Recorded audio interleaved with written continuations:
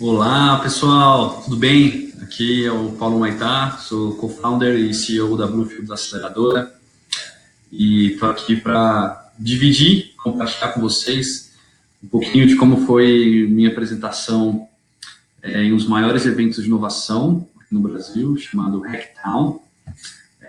Aconteceu lá em Santa Rita do Sapucaí, no interior de Minas Gerais. É um evento que paralisa a cidade, com pessoas do mundo inteiro, Brasil, em vários estados lá.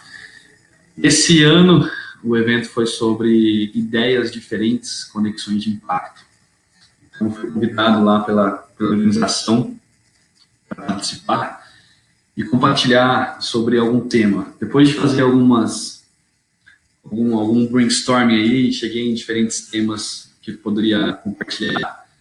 E eles gostaram muito de uma ideia principal, que foi sobre o modelo de negócio das aceleradoras e do impacto das aceleradoras no Brasil, por que isso é diferente do restante do mundo, principalmente quanto ao Vale do Silício. Tá? Então aqui coloquei os meus slides, né? Na época foi bem no dia da independência do Brasil, mas ainda falta a nossa independência econômica aí, eu comecei com isso, mas principalmente aqui algumas aceleradoras brasileiras, né? Então acabei dando uma Zé aí, coloquei o logo da Bluefield no meio. Então a ideia é porque aceleradoras no Brasil, né, país do futebol, do carnaval, dos Havaianas, de Cristo Redentor, do Pão de Queijo também, já que foi em Minas, por que elas não dão certo? Tá? Por que as aceleradoras brasileiras não dão certo comparadas às aceleradoras do Vale do Silício, que começaram esse movimento de acelerar startups, né, Techstars, YC, o Mineiro, entre outras. Então, um pouquinho do que eu quero compartilhar com vocês agora, porque as aceleradoras no Brasil não dão certo, como no Vale do Silício. Então, a apresentação foi 7 de setembro, no Hacktown, e é um privilégio aí compartilhar mais esse conteúdo aí com vocês. Esse aqui é a logo do Hacktown.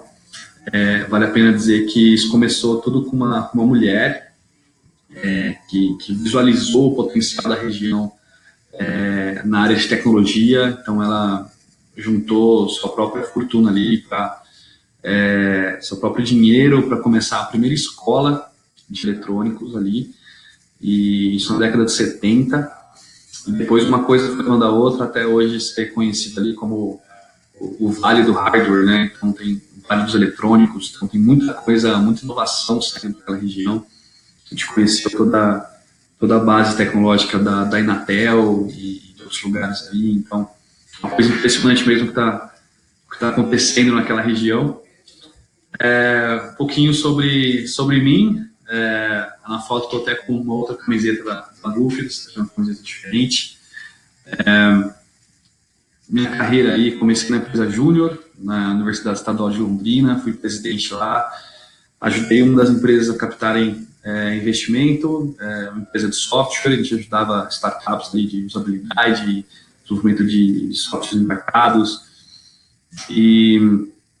e aí fui contratado por essa empresa, fiquei quase 2 anos lá, era uma startup de tecnologia. Terminei minha pós-graduação depois na PUC sobre estratégia, fui trabalhar com qualidade, então ajudei a certificação ISO e Metro em 2 empresas.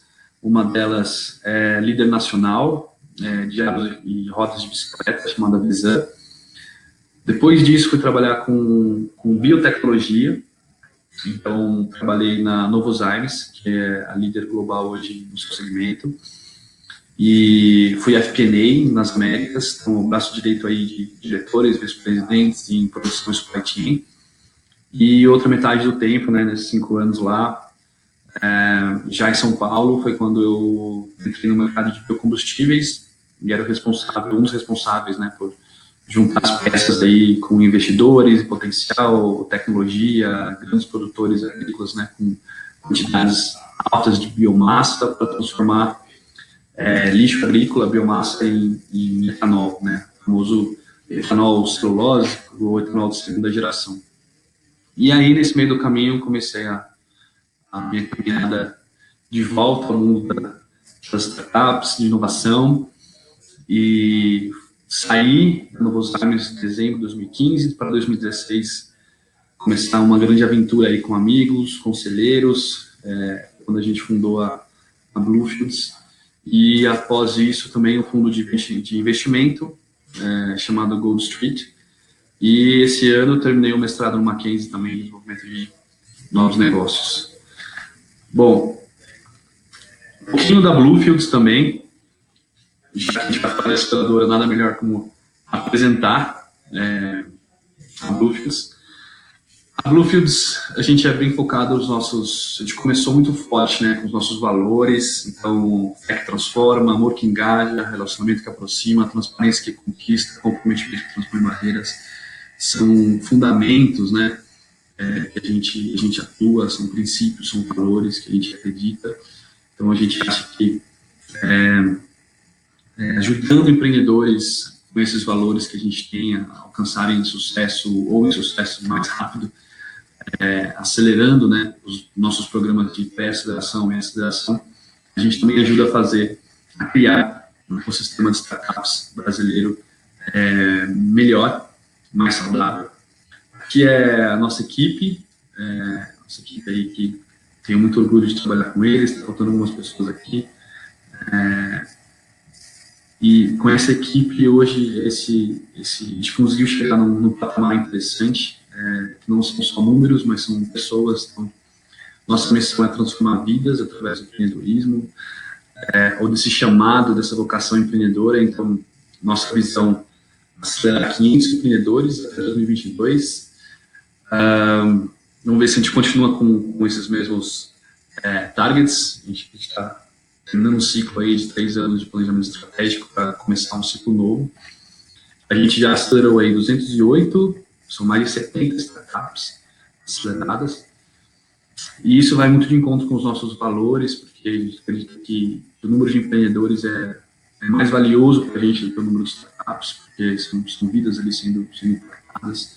A gente não quer ajudar só o negócio a dar certo ou chegar mais rápido onde precisa, mas também ajudar o empreendedor nessa jornada, né? Quem é startupeiro sabe que não é fácil emocionalmente, espiritualmente, enfim, tem muita coisa envolvida aí, a gente ajuda também nessas outras partes. Alguns outros indicadores principais, né? A gente já ajudou aí startups a levantarem 6 milhões de reais em investimento, mais de 70% deles reportam que, por causa de alguma coisa que eles aprenderam durante o programa de aceleração, eles evitaram suborno ou criaram processos mais éticos nos seus startups. E também 80% aí teve uma mudança significativa no relacionamento de propósito de vida, que é uma coisa que a gente fala bastante também aplicada ao seu negócio. A gente tem, como eu falei, parceria com a Gold Street, o Venture Capital, que está sempre analisando diretamente as startups aceleradas. A Synapse, que é uma aceleradora que começou com 2 alunos do MBA de Harvard, há 10 anos, depois colocou suas operações em países em desenvolvimento, desenvolveram uma baita metodologia de aceleração já validada com mais de 1.000 empreendedores. Essa mesma metodologia é parte, mais ou menos 50% do nosso método aqui no Brasil de aceleração, e a gente faz esses benchmarks como uma aceleradora global junto com eles. Nós somos hoje a aceleradora parceira do Mackenzie, então da Universidade Presbiteriana Mackenzie. Só em Genópolis, ali são quase 40 mil alunos que têm startups, têm ideias, a gente está dando suporte, acelerando essas iniciativas. E também com a Fundação Nishimura, do Grupo Jato, que é um dos principais grupos brasileiros aí no setor de agro. A gente tem ajudado eles, junto com mais 16, né, para eles, grandes empresas, nas áreas de saúde, alimentação, agro, serviços gerais, a criarem um ecossistema de inovação, empreendedorismo, startups, na região ali de Marília, no interior de São Paulo. A gente tem ajudado essas grandes empresas a spin-offarem suas iniciativas, e aí um gráfico de como a gente tem evoluído ano após ano, para chegar aí nos 208 empreendedores e 73 startups aceleradas. Beleza? Então, um pouquinho aí sobre a gente. essa é a agenda da apresentação que eu fiz lá no Hackdown. Basicamente, o que são aceleradoras de negócio e assim, um panorama básico de aceleração no Brasil. Isso é porque a aceleração é uma coisa ainda nova, muita gente não sabe, então o tamanho da fonte aí é o tamanho do tempo que a gente vai gastar no assunto, basicamente. Então, o que são aceleradoras e o panorama de aceleração no Brasil 2 slides cada um, só para dar uma introdução. O que a gente vai mais gastar tempo é o jeitinho brasileiro versus The Gringo Way, fazendo um paralelo aí com o último livro do Rick Ries, né, The Startup Way.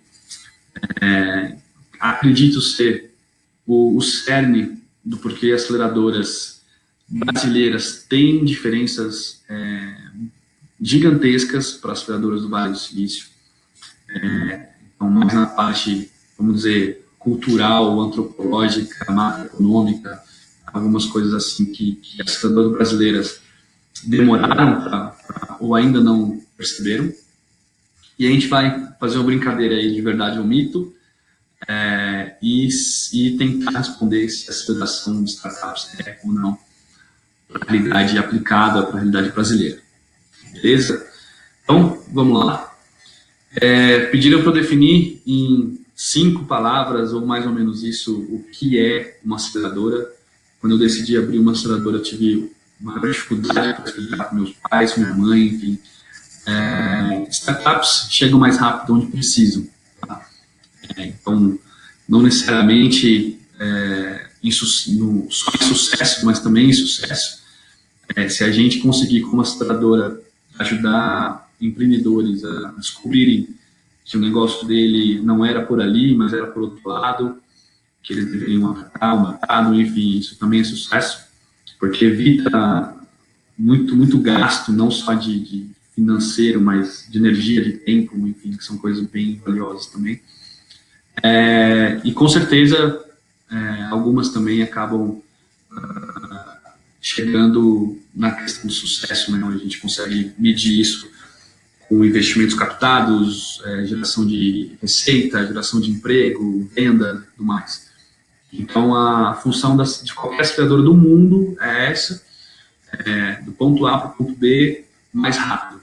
Então, naturalmente, os empreendedores demoram bastante para passarem dessas fases de aceleração. Então, alguns empreendedores aí demoram 6, 12 meses, 24 meses, e no programa de aceleração isso é feito de forma muito mais rápida. A GALI, que é justamente Global Accelerator Learning Initiative, é um órgão uma organização que junta várias aceleradoras do mundo, e a gente é parte disso, uma das poucas aceleradoras do Brasil, a Bluefields, parte da rede da GALI. E eles dão 3 requisitos aí do que define uma aceleradora. Tá? A primeira coisa é um processo de seleção. A gente faz um funil, não é todo mundo que é selecionado para participar, então precisa ter um funil de seleção. Tá? Então, toda a aceleradora tem esse processo, seja ele mais inbound ou outbound. Ter ciclos de aceleração por tempo determinado, que a gente chama de cohorts, ou turmas, no bom português. Então, e geralmente não é 1, 2 anos, mas ciclos bem curtos, né, de 3 a 6 meses. Alguns estudos apontam que a média do brasileiro é mais ou menos 6. E investimento, né, investir diretamente na startup ou dar o acesso ao capital. Então, permitir que a startup tenha acesso a investidores de potencial que naturalmente ela demoraria muito para conseguir credibilidade, contato e acesso a esses investidores. Tá? Então, esses são os três fundamentos básicos para uma aceleradora existir.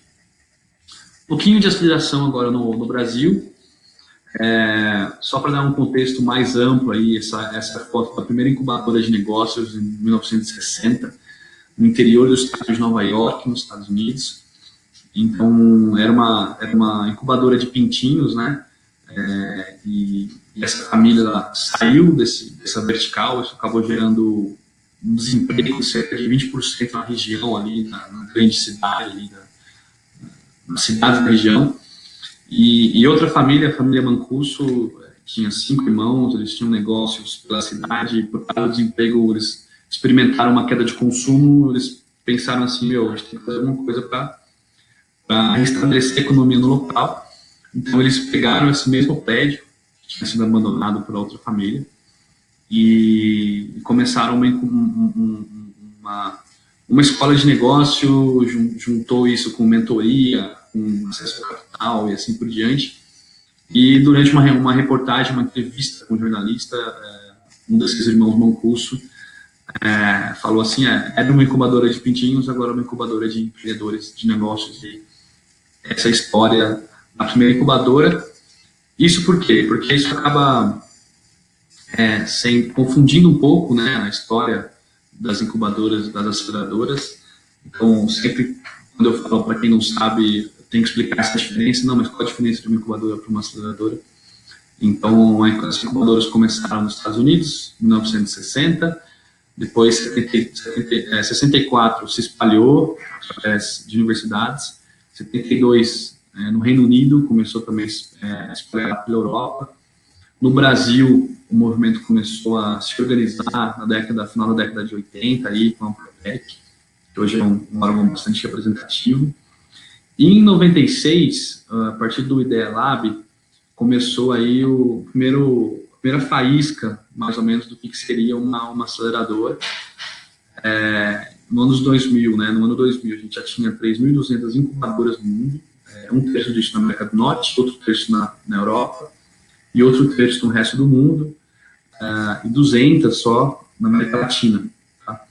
Então, a gente ainda estava bastante atrasado, vamos dizer assim, como região, comparado ao resto do mundo, e um movimento bem ligado às universidades também. Tá?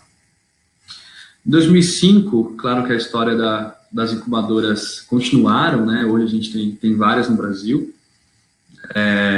quase todas ligadas às universidades.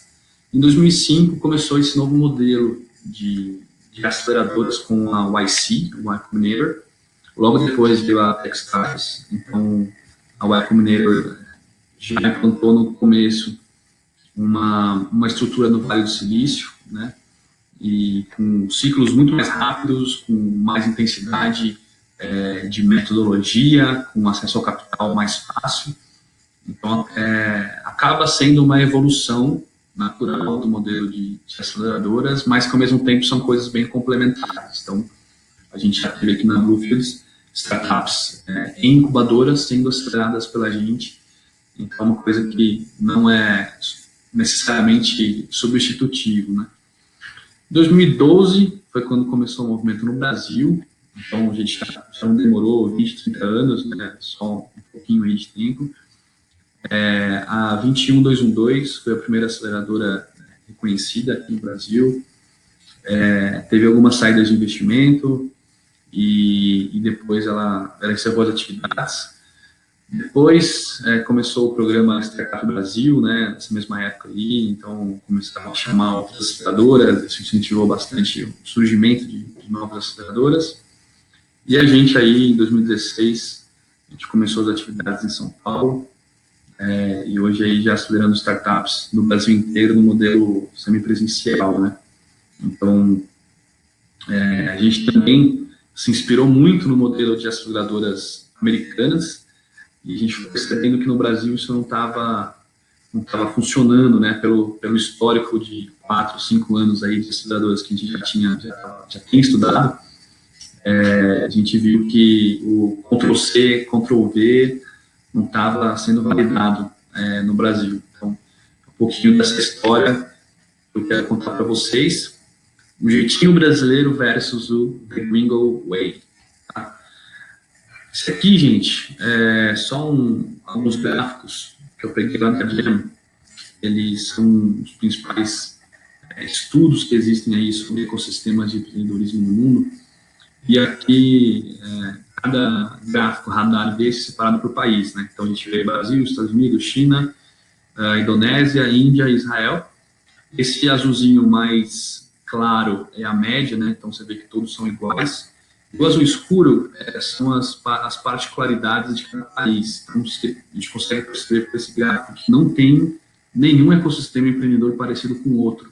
né, dos Estados Unidos é completamente diferente da China, que é completamente diferente de Israel, é diferente da Índia, Indonésia, surpreendentemente aqui, bem interessante também.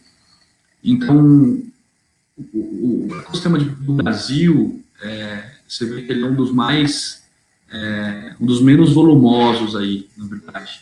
Né? Tem algumas coisas boas, outras coisas bem ruins. Então a gente, por aquele gancho do início, a gente não tem uma liberdade econômica para o empreendedor brasileiro. Né? A gente vive num dos países onde é mais difícil se empreender. Então, só por isso, já daria para a gente concluir que não adianta você pegar uma prática do ecossistema americano, ou chinês, ou israelense, e replicar no Brasil. Né? A gente tem particularidades aqui que são inerentes nossa macroeconomia, do nosso ecossistema empreendedor. Tá? Então, isso aí é só um taste aí para a gente atuar. A gente se diz muito inovador também, né? Vários ecossistemas de inovação colocam aí o nome da cidade, o nome da região, o nome do bairro, adicionam um valley depois e fala que é um ecossistema de inovação, né? Então a gente por mais que a gente é um dos povos mais criativos do mundo, a gente tem essa tendência de copiar muito de fora. Sou fãzaço dos Estados Unidos, já passei uma parte da minha vida lá, em viagens de trabalho, sempre curto prazo.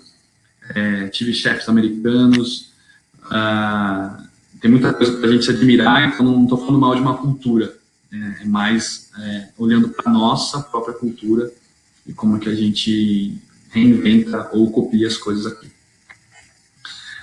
Esse aqui é um outro gráfico bem interessante, que fala que 51% dos empreendedores brasileiros empreendem sozinhos. Tá?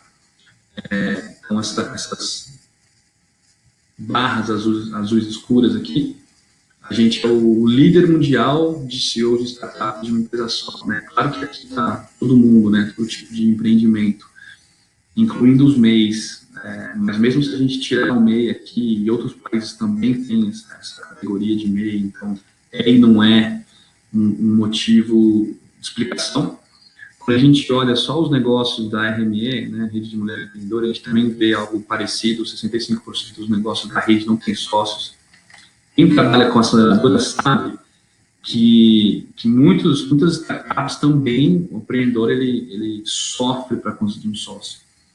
No começo, eu pensei que fosse falta de carisma, né? O carisma que atrai outras pessoas, ou talvez a própria forma de lidar com as pessoas é diferente. Mas realmente o brasileiro tem, no mundo das startups, ele tem muita dificuldade de conseguir sócios, isso porque a pessoa tem filhos, a renda dele ou dela sustenta a casa. Então, é muito difícil o risco disso, né? Acaba, inclusive, elitizando bastante o mundo das startups, então, acaba dando acesso, oportunidade para empreender, somente quem tem uma renda maior, de classes econômicas, né, sociais maiores. E a gente tem um problemão, né? Um grande problema, porque realmente é difícil convencer alguém. E aqui está a prova, né? O segundo país que mais empreende sozinho é Madagascar, tá? Aquela ilhazinha lá, do Me Remexer Muito lá, na frente de Moçambique, 30% dos empreendedores empreendem sozinhos. Quando a gente olha para ecossistemas de países mais maduros, de ecossistemas mais maduros, a gente vê Israel, Estados Unidos e China, é quase 0%. Né? A gente nem consegue ver a barrinha azul escura deles aqui. Então, tem uma dificuldade muito baixa nesses países para arrumar um sócio ou para empreender, enfim. E sabendo que, além de tudo, nesses ecossistemas é mais fácil do que no Brasil você empreender. Tá?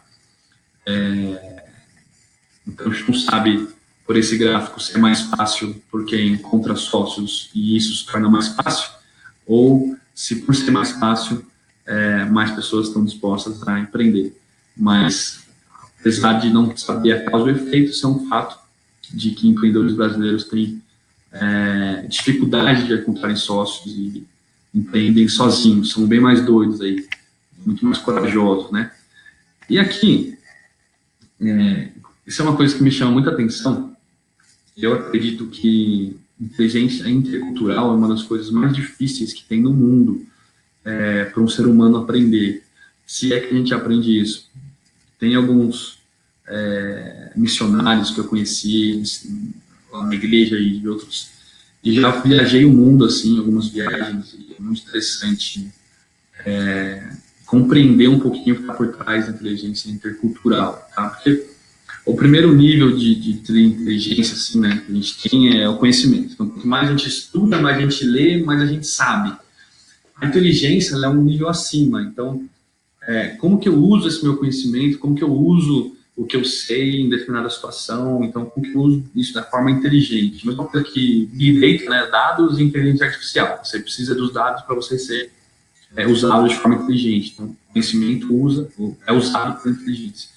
Só que tem um nível acima, que é a inteligência intercultural, que é justamente você compreender a cultura do próximo, compreender a sua cultura e, baseado nisso, você ativar a sua inteligência e usar o seu conhecimento. Eu acho que isso é uma das coisas mais difíceis que tem, porque a gente só conhece a nossa cultura quando a gente é exposto à cultura do outro e a gente entende como que a gente pensa e tenta ou não fazer um match com a cultura do outro. Então isso é bem interessante, porque se tem uma coisa central nessa apresentação, é isso, a inteligência intercultural e como que isso afeta ou tem afetado as aceleradoras brasileiras atuarem aqui e nesses programas de aceleração que a gente vê por aí.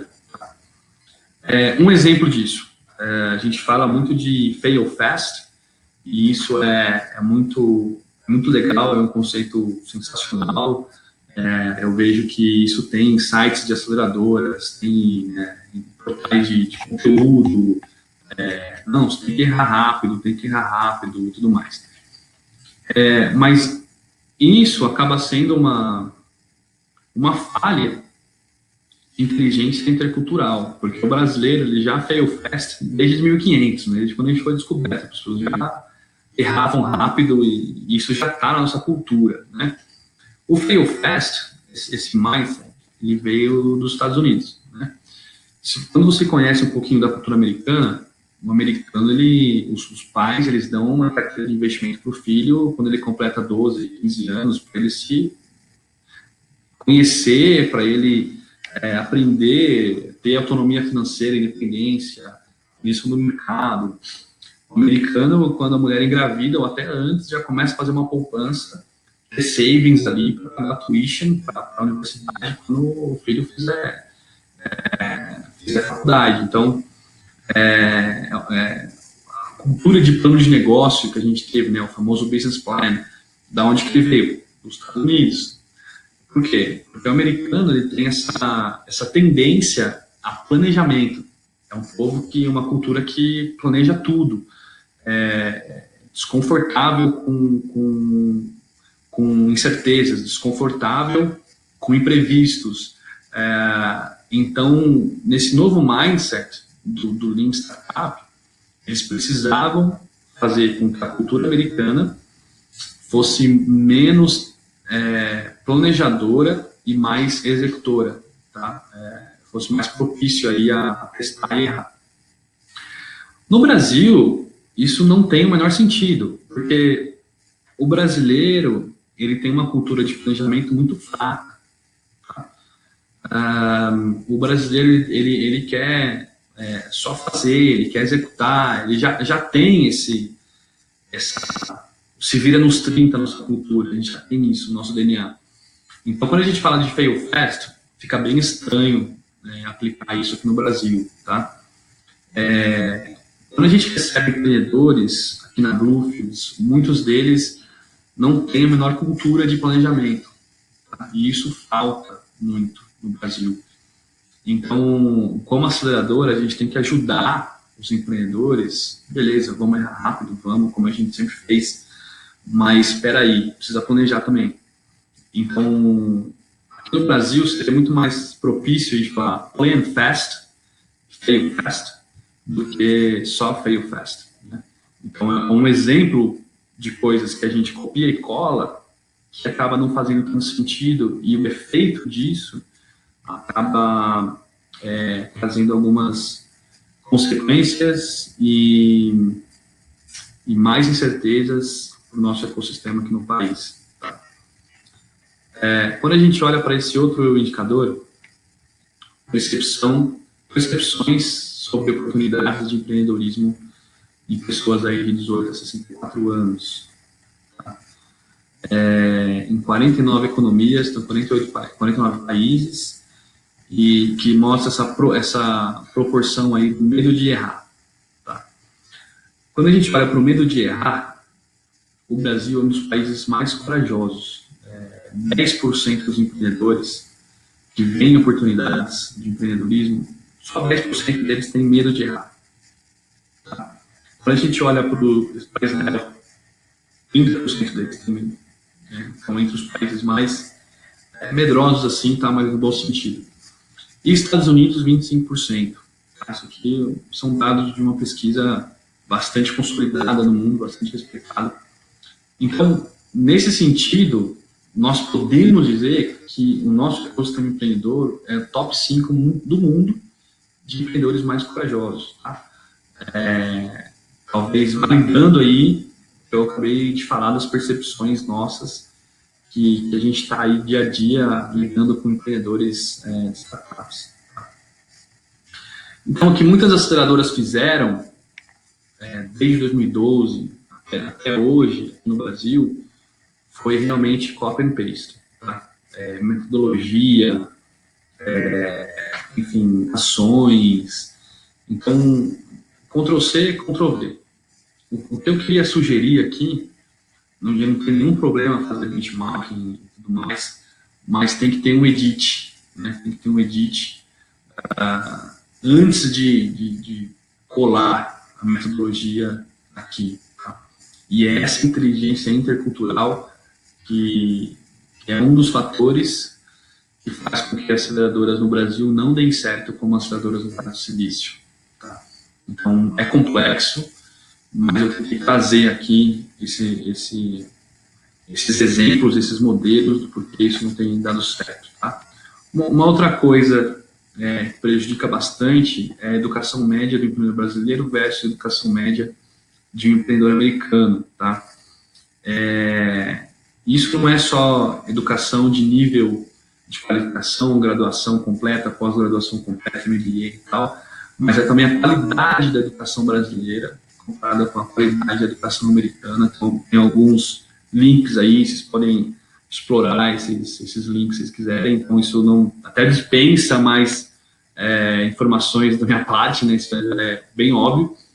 Mas quando um empreendedor chega na nossa situação, e eu tenho certeza que outras operadoras não é diferente, a gente tem aí que rever ou ensinar pela primeira vez alguns elementos mais básicos. Tá? A gente não pode ficar só, por exemplo, no mundo startup ou em métodos ágeis ou em outras questões. O empreendedor, ele não sabe muitas vezes como fazer uma leitura de uma DRE. A DRE, a forma de ler DRE, ela é a mesma, tanto para uma grande empresa como para uma startup. Né? As regras contábeis são as mesmas. Então, como que ele vai conversar com o investidor se o investidor faz algumas perguntas difíceis no fundo de venture capital, um investidor anjo, mas geralmente mais VCs, e ele realmente não sabe o que significa aquilo, né? Então, índices mais tradicionais, né, liquidez, ROI, payback. Então, acaba que a gente precisa resgatar algumas coisas mais básicas. Eu dei um exemplo aqui de finanças, mas aqui isso aparece muito na nossa realidade aqui, mas outras coisas também. E isso acaba fazendo com que a gente precise A gente precisa ter outro modelo de aceleração, não só focado em inovação, MVP e tudo mais, mas também resgatando algumas coisas tradicionais aí, que talvez uma escola de negócio americana é muito mais efetiva nisso do que a educação brasileira é, quando a gente fala de educação no geral, educação tradicional. Então, isso acaba fazendo que a gente tenha alguns passos antes do nosso processo. Tá? Aqui tem alguns números aqui da Gali, então, uma pesquisa que foi feita com aceleradoras do mundo inteiro, startups do mundo inteiro. A Gali, ela, por muito tempo, tentou entender se os ciclos de aceleração, as aceleradoras realmente impactam ou cumprem o seu papel com as startups. Tá? Eles encontraram que uma resposta afirmativa, então isso no mundo inteiro ajuda realmente, as aceleradoras ajudam realmente as startups. E vou mostrar aqui alguns gráficos de que isso foi validado.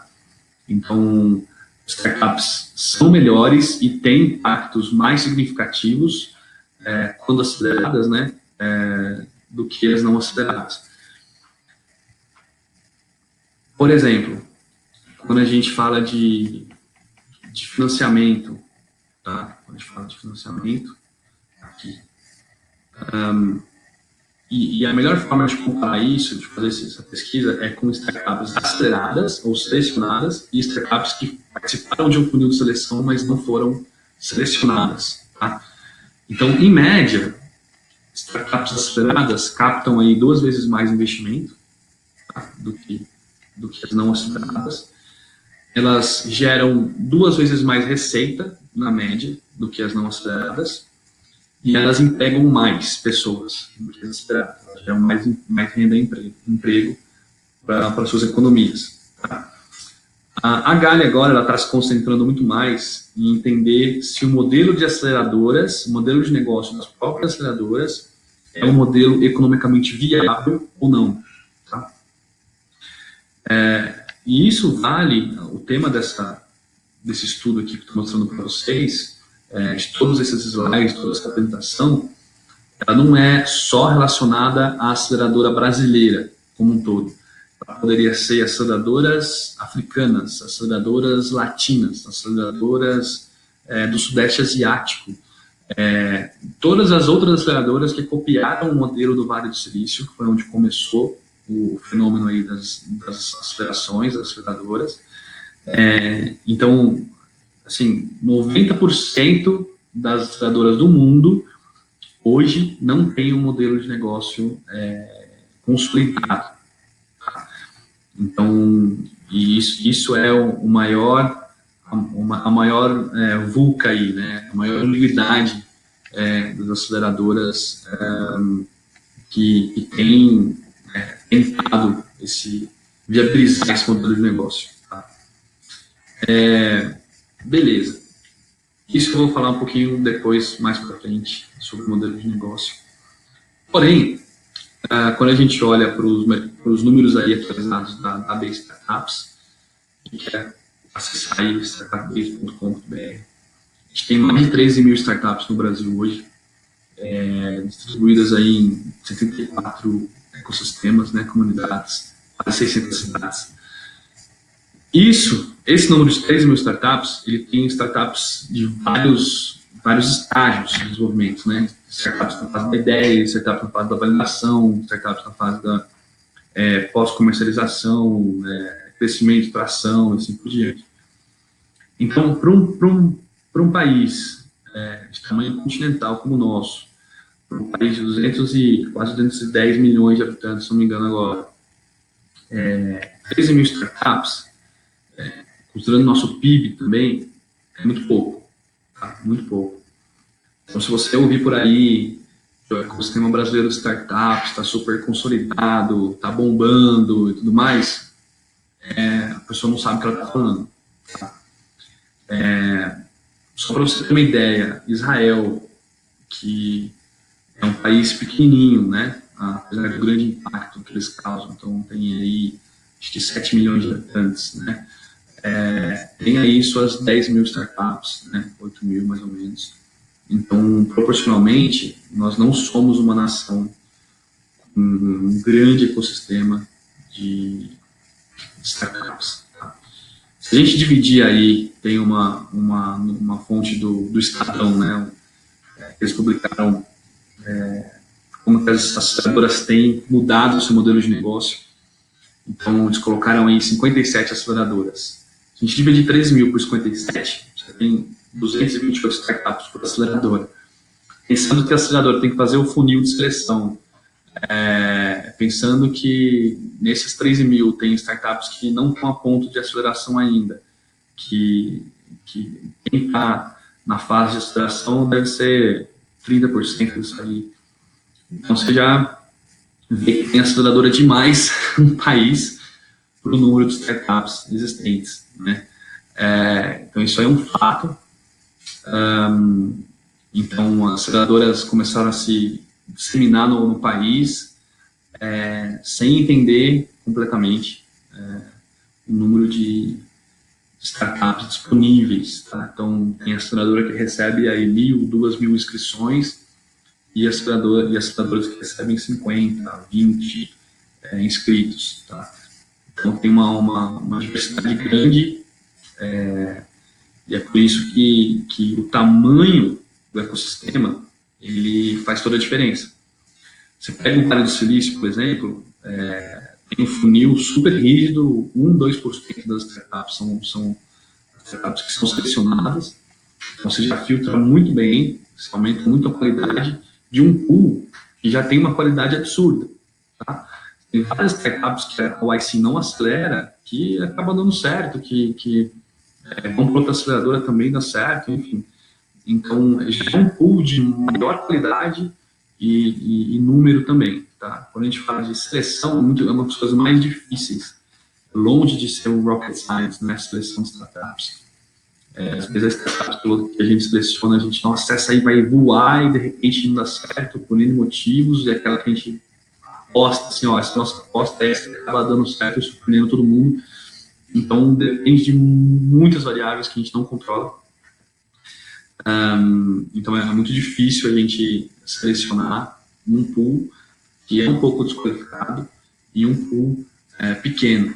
Tá? Então, o volume, ele quer dizer muito quando a gente fala de VCs e aceleradores, ele importa demais. E a gente não tem um volume alto, ou bom, ou suficiente no Brasil para isso. Tá? Então, essas foram as principais diferenças do nosso ecossistema de startups, empreendedorismo, para outros ecossistemas. Então, para deixar claro que não adianta Ctrl-C, Ctrl-V, que é o que as aceleradoras no Brasil têm feito. Isso explica muito, depois eu vou colocar aqui, na minha opinião, os motivos, os principais culpados para tentar responder a essa pergunta. Mas antes disso, algumas verdades ou mitos aqui para a gente poder brincar um pouco. Então, mito aqui é o unicórnio, né? Um ser aí que não existe, que existe na nossa ilusão. E a verdade aqui é o cordeiro, né? O cordeiro representando aí a verdade. Então, vamos lá. Podemos nos comparar ao Vale do Silício, né? A gente pode colocar Brasil, Vale do Silício, ou ecossistema X, Vale do Silício. Né? Como eu falei, isso é mito. Né? Isso é mito. A gente não pode comparar. Eu acabei de ver uma palestra do antropólogo e professor Luiz Marins. Ele tem ajudado a trazer investimentos de fora, né? Investimentos principalmente na área de agro para o Brasil. E o que a gente tem que entender é o seguinte, uma coisa que ele falou bem interessante, os investidores, eles não comparam o Brasil com os Estados Unidos, não comparam o Brasil com a Europa, ou o Brasil com a China. Eles comparam o Brasil com a Indonésia, eles comparam o Brasil com um país na África mais desenvolvido, eles comparam o Brasil com outros ecossistemas. Né? Então, são com esses outros ecossistemas e países, que a gente também tem que se comparar. Até escrevi no LinkedIn um artigo mais África e menos Vale do Silício, já fui para o Quênia algumas vezes, conheço o ecossistema de Gana também, a gente faz parte desse grupo global de aceleradoras e é impressionante como a gente está muito mais próximo, tanto culturalmente como economicamente, e como de volume de startups a esses países, né, do que no Vale do Silício, por exemplo. Uma comparação muito mais justa, muito mais assertiva, inclusive culturalmente, como eu falei. Vamos lá. Aceleradoras vivem de acelerar startups? Será que o modelo de negócio de aceleradora é baseado em acelerar startups? Então, isso também é mito, tá? Com exceção de algumas aceleradoras pioneiras em ecossistemas ou no Vale do Silício, né, o ICs, Techstars e outras, a massa de aceleradoras elas precisam encontrar um outro modelo que não é aceleração independente, tá? O que é aceleração independente? É aceleradora startup, tá? Então, seja investir e pegar equity, ou seja, selecionar e a startup paga por isso. Então, as aceleradoras não conseguem sobreviver só com um modelo de aceleração independente. Tá? Então, isso é realmente um mito. Porém, aí, existe um modelo econômico viável para as aceleradoras? Pô, Paulo, você acabou de falar que as aceleradoras não vivem de acelerar startups, mas, verdade, né, primeiro cordeirinho aí, existe sim uma forma de as aceleradoras se tornarem viáveis economicamente e fazerem algo a mais do que acelerar startups, tá? De forma independente. Hoje em dia, muitas aceleradoras no país têm fechado seus programas, seus ciclos de aceleração independentes para focar só no mundo corporativo. Tá? Então, as grandes empresas no Brasil hoje, elas estão passando por uma transformação digital e elas veem as aceleradoras como um parceiro bem estratégico nesse sentido. E as aceleradoras das principais do Brasil já anunciaram que não são mais aceleradoras independentes, mas estão focadas mais em construir de inovação para ajudar grandes empresas, na esperança de que isso também impulsione e aumente exponencialmente o ecossistema de inovação do país. E talvez algumas tenham um plano de voltarem a ser aceleradoras independentes, como eram, né? Então, mas realmente você teve a gente vê no Brasil uma migração do modelo de negócio de aceleradoras independentes para o mundo corporate, né? Vamos lá, verdade ou mito? A startup acelera sem investimento direto da aceleradora? Né? Será que a aceleradora precisa realmente investir na startup para que a aceleração aconteça? Isso é verdade, né? Tem como a gente ver aqui na Bluefields também as startups sendo aceleradas sem a gente colocar capital direto. Muitas startups a gente vê que captam um investimento antes de chegarem aqui no nosso programa e às vezes usam de forma equivocada o investimento. Geralmente o investimento que as aceleradoras no Brasil fazem é aí de 100, 50, 200 mil reais, 250 mil reais. Isso acaba sendo pouco para a fase que a startup está. Então, que é o modelo americano, né? Mas lá, como os valores são em dólares e é uma outra realidade de capital, também é um valor considerado maior. Então, tem como acelerar startups sem precisar injetar capital. E isso é realidade não só no Brasil, mas em outros ecossistemas de inovação também, em outros países. Tá? Então, é possível isso acontecer e muitas vezes é até melhor, tá? Que os empreendedores passem por um programa que realmente traz mais planejamento, traz mais método, para que quando ele tem o capital, ele está muito mais preparado para usar isso de forma mais inteligente. As aceleradoras precisam focar em startups de um segmento. Só que, gente, quando eu comecei a Bluefields, foi interessante, porque todo mundo falava para mim assim, não, você vai acelerar o quê? Só fintechs, só health techs, você tem que definir uma vertical, você tem que definir um segmento e tal. Isso aqui, eu percebi com o tempo que realmente é mito. Na Bluefields, nós somos bem agnósticos mesmo.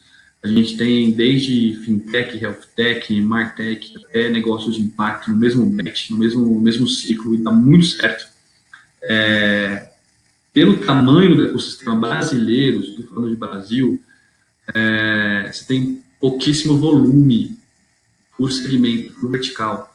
Então, em um ciclo de aceleração, se a gente verticalizasse, a gente ia acelerar vários concorrentes ou ia pivotar no meio do caminho para concorrente. Então, não tem tanta diversidade assim no Brasil. Isso já é a minha opinião, para segmentar ciclos de aceleração. Tá? Você pode acompanhar na internet aí ciclos que são muito segmentados, um ou dois batches que eles fazem e já não fazem mais. Tá? Então, isso realmente é mito. Pelo volume do nosso ecossistema brasileiro, isso é mito.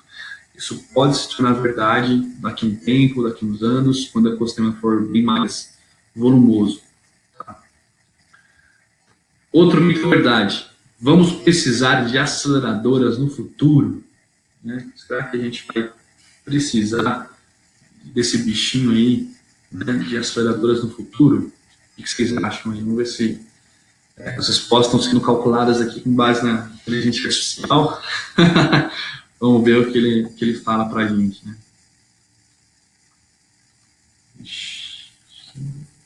Deu erro aqui, gente. Deu erro, né? Não sei. Então, nosso sistema aqui não sabe se isso vai acontecer ou não, se as aceleradoras têm vida longa, seja no país ou em outros lugares. Tudo pode acontecer, pode ser que as aceleradoras tenham sido boas até um tempo, pode ser que elas continuem.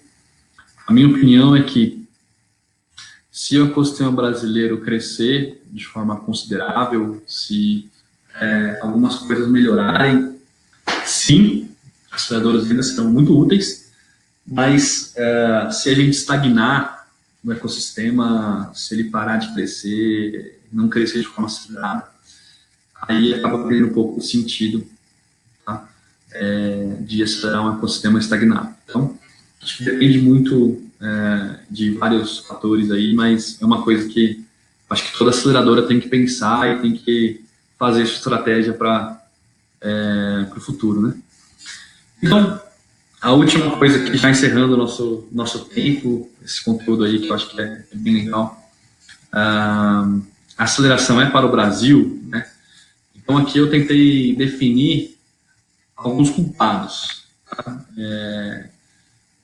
Do porquê que as aceleradoras no Brasil são diferentes.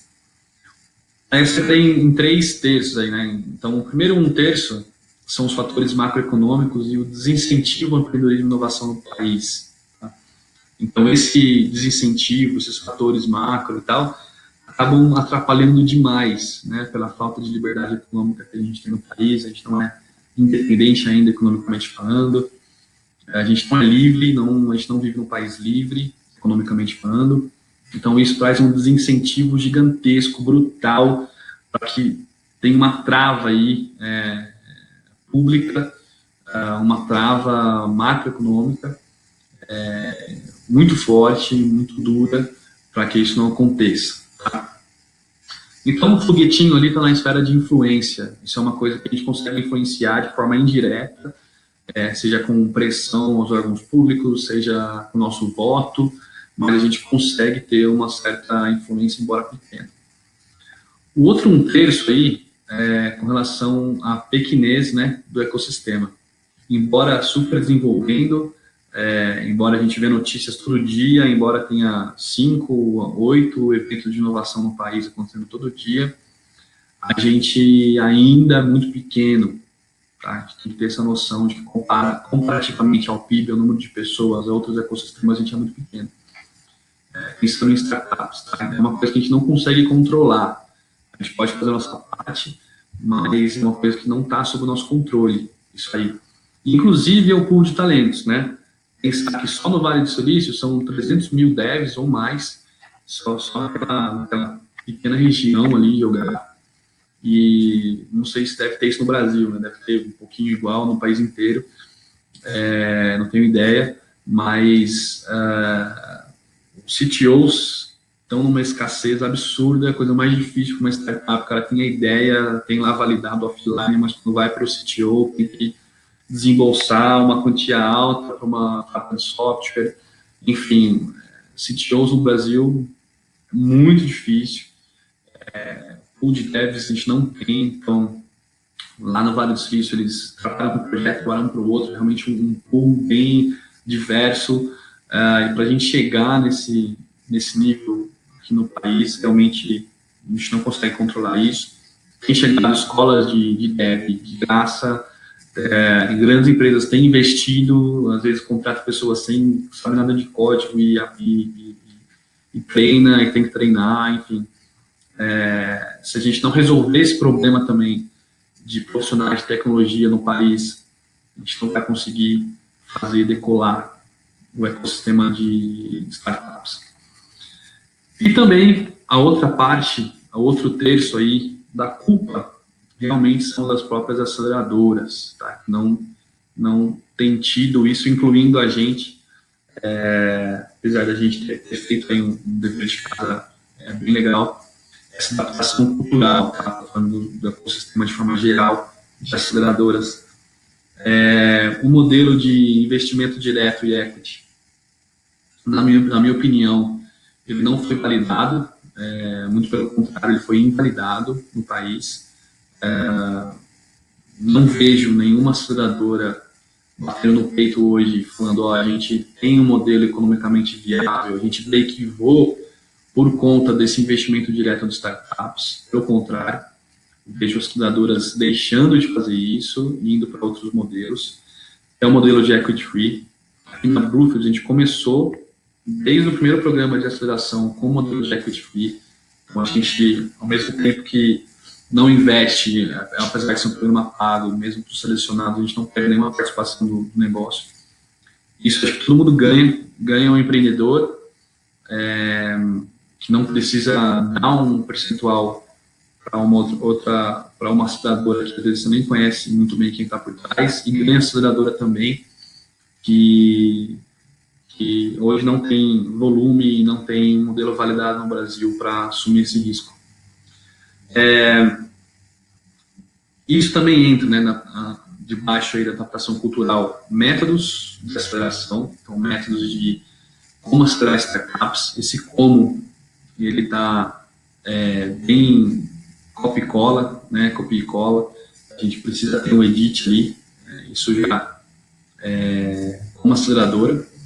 E também um modelo que eu acredito muito que funciona hoje no Brasil é o investimento não democrático, tá?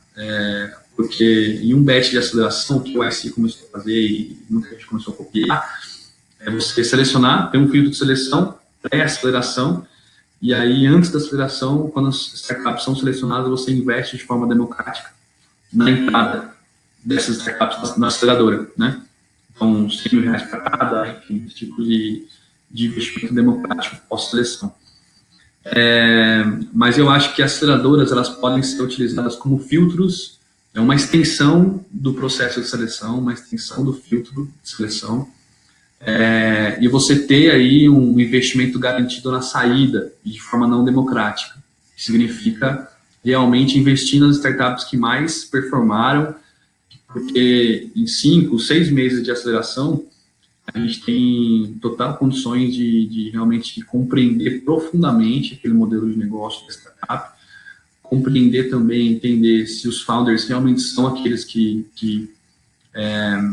vão executar, que realmente tem uma boa dinâmica de time, que realmente tem a capacidade para executar o que eles pretendem fazer, o que eles pretendem executar. Então, esse é um modelo que no Brasil, acho que tem que começar a fazer isso. A gente está tentando começar a fazer isso aqui junto com a Gold Street. Ele pode dar certo. Tá? E isso é uma coisa que a gente consegue controlar. Está sob o controle das aceleradoras. Então, se a gente fizer esse nosso 1/3 e o ecossistema crescer e a economia favorecer, aí sim a gente consegue fazer uma outra palestra no Hackdown de como que aceleradoras no Brasil são um benchmark para aceleradoras ao redor do mundo, e aí é um outro patamar do que a gente está falando aqui. Bom, quem quiser entrar em contato, sigam lá o o Instagram da Bluefield, a gente está postando tudo lá, nossa principal rede hoje, Bluefield, a seguradora. Se quiserem entrar em contato direto comigo, nem coloquei meu WhatsApp aqui, que eu não gosto muito do WhatsApp, mas manda um e-mail que eu respondo. E me acha no LinkedIn também, para a gente ficar conectado, acha a Bluefield lá. É um prazer, foi uma grande honra, oportunidade de estar no Hackdown. Foi meu primeiro grande evento de inovação como palestrante. E é isso aí. Quem quiser entrar em contato, fica à vontade. Espero ter cumprido aqui o meu papel. E um abraço a todos. Qualquer coisa, estamos aí para acelerar.